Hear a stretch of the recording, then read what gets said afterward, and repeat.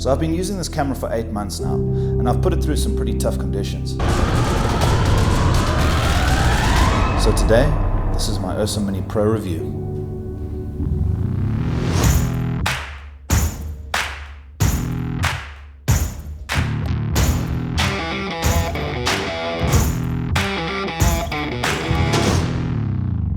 So for me and my preferences in the way that I shoot, I like a camera to sit on my shoulder. I want access to an eyepiece. I want to be able to have my follow focus right here. And this is all down to the ergonomics of the camera. And for me personally, the URSAMini Pro has the perfect ergonomics for the way that I like to shoot. The buttons are all very easily accessible on the side. The camera feels like it's meant to be on my shoulder. It's exactly the way I feel it should be for my style of filmmaking.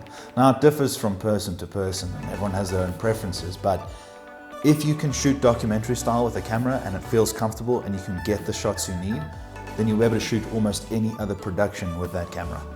So for me, the URSAMini Pro does exactly what I want it to do.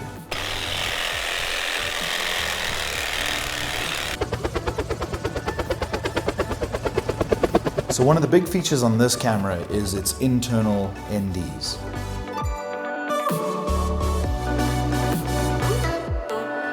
So the internal NDs are a huge drawing point for this camera. It means that it has become a documentary filmmaking camera. It gets on your shoulder, there's nothing else that you need. They're easily accessible right in the front of the camera. You rotate between the 3 different ND options on the front of the URSAMini Pro, and this is pretty much all you need. The internal NDs have changed the game for the URSAMini Pro, and it is exactly what the customers wanted. They were asking for it, and Blackmagic delivered. So some people have had a small issue with the internal NDs and a rainbow flare coming through the camera and onto the screen. This has been fixed and addressed by Blackmagic. They've come out with a little IR mask that gets put underneath the mounting bracket and in front of the sensor, and this eliminates the rainbow flare completely.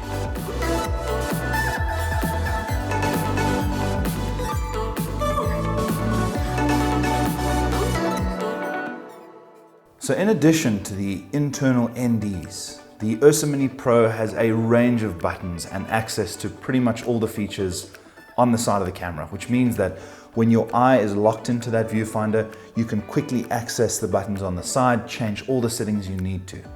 It's pretty easy to get used to. You just sort of figure out the layout, and after a few days, you intuitively know where everything is.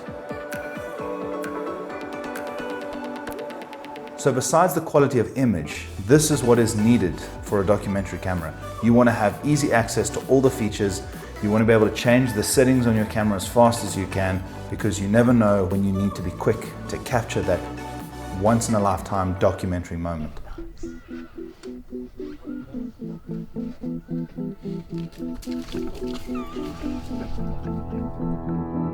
These new features have helped me with my documentary filmmaking. It makes my life that much easier, where before I may have had to put the camera down, open the viewfinder and change the settings. Now I can quickly get to the ISO, the f-stop, as well as the shutter speed, all at the touch of a finger. And I can change my internal NDs to quickly adjust for lighting condition changes.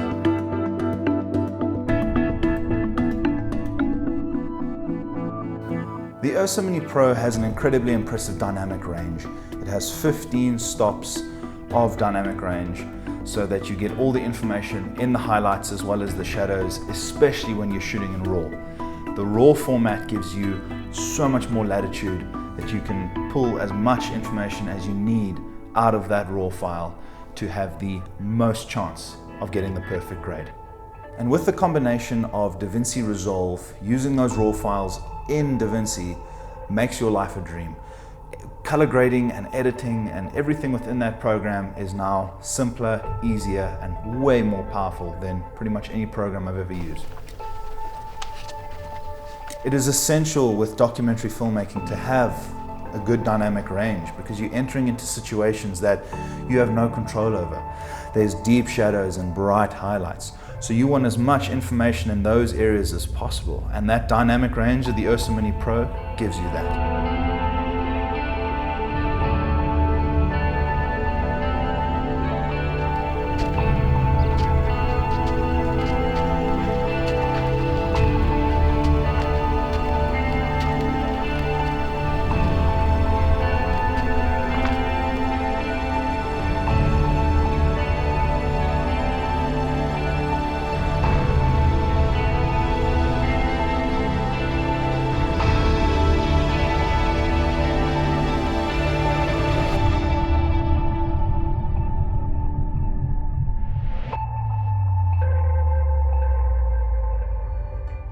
So the URSAMini Pro also gives you access to 60 frames a second at raw lossless.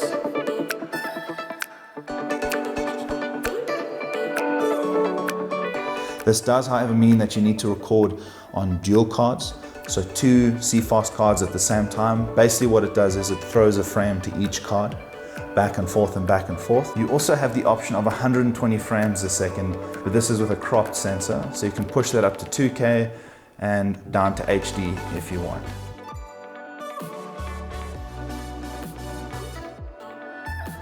So the newest accessory to the URSAMini family is the SSD Recorder, which now clips onto the back behind the V-mount battery lock. This has changed everything. You can now push upwards of 2 terabyte single solid state drives into the back, recording at incredibly high resolutions at very fast data rates. This gives you far more options. You now have CFast, SD, and the SSD recording options.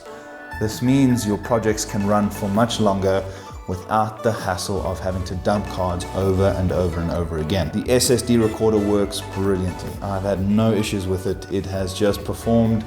I've put it through some really tough conditions and it is as good as they say it is.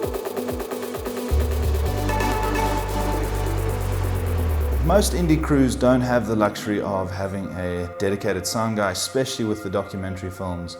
So the XLR ends on top of the camera have got decent preamps to get you studio quality audio, and we've recorded an entire documentary through those connections in the top through our XLR ports. We have the shotgun mic on top of the camera. We also, for interviews, use a wireless lapel kit. This is studio quality audio.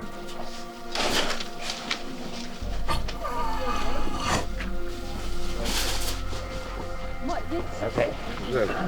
So some people complain about having the mic mounts on top. Personally, I think that I wouldn't want them anywhere else. If they're on the side, the cable sticks out, gets in your way, trips you up, especially when you're documentary filmmaking. You're running around, you potentially could hook your cables on all sorts of things. So for me, I don't want all sorts of stuff hanging off my camera. I want the accessories that fit the camera and make it as ergonomic as possible and as neat as possible. I like my camera to be neat. I don't want cables and cords and all sorts of things hanging off the top. Personally, I don't like to Frankenstein my camera. I love getting the official accessories. They're built for the camera that you use, and Blackmagic is no exception. They have the official mic mount for your shotgun mics on top of the camera, the now SSD recorder which hooks onto the back. You have your handle, your shoulder mount, everything that you need to make this into the perfect documentary camera. So with the URSAMini Pro, Blackmagic have opted for a smaller LCD screen, and I completely understand. You need to be able to fit all the features that they put on the side of the camera. You need to fit that somewhere. So for a lot of people, it might be a bit of a downfall to have a smaller LCD, but for me, I deal with it because most of the time my eye is glued to that viewfinder, especially with the documentary filmmaking. The smaller LCD does not disable me in the least. I'm able to get the job done and get it done quickly.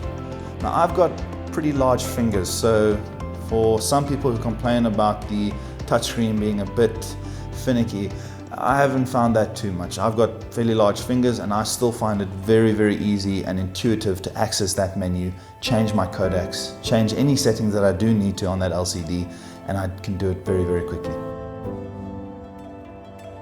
So an interesting feature that Blackmagic have included in the URSAMini Pro, and it's now active, is the feature to wirelessly connect your iPad and run the camera's options and settings through an iPad app. This makes it really easy, especially when you are connected to your camera via a crane and you physically can't reach the camera quickly and you want to just have a quick adjustment of white balance, shutter speed, iris. Very, very quick, very, very easy. I have found that when you push the record button, it does record, but pushing it again will not stop it. So hopefully there is a firmware upgrade that will rectify this.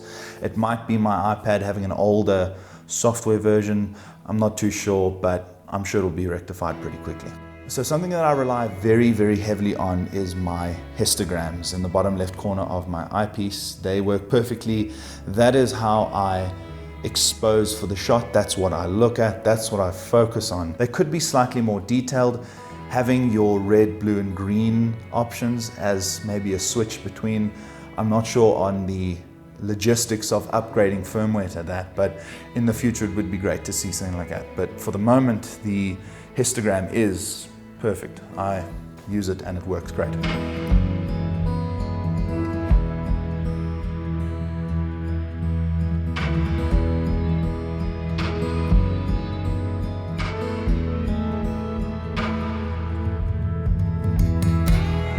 So my wrap up for the URSAMini Pro is, for me, this is a camera that meets all my needs. I'm not trying to sell you this camera, but what I am going to tell you is that it is what I need it to be, and that is a documentary film camera that can get me the shots that I need, because in the end, the point of every project is to tell that story, and if your camera becomes an inhibitor in your way of telling your story, that's not going to work. The camera needs to be an extension of you. It needs to make your life easier. But for me, the URSAMini Pro makes my life much, much easier. I have access to everything I need on the side.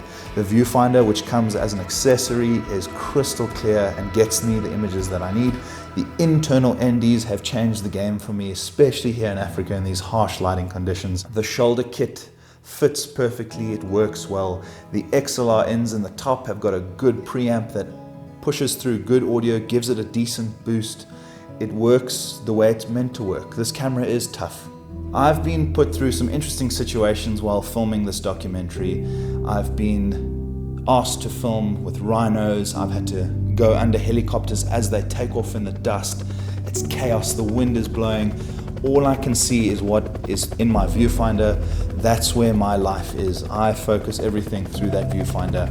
The clarity, the crystal clear picture that you get from that is just perfect. You can adjust your focus as people's eyes change.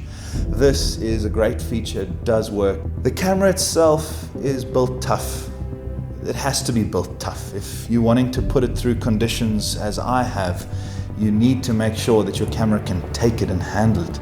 The dust is getting sucked in everywhere. It's pulling through those vents on the top. It is being put through really tough conditions. Africa's a harsh place, and this camera is tough enough for Africa.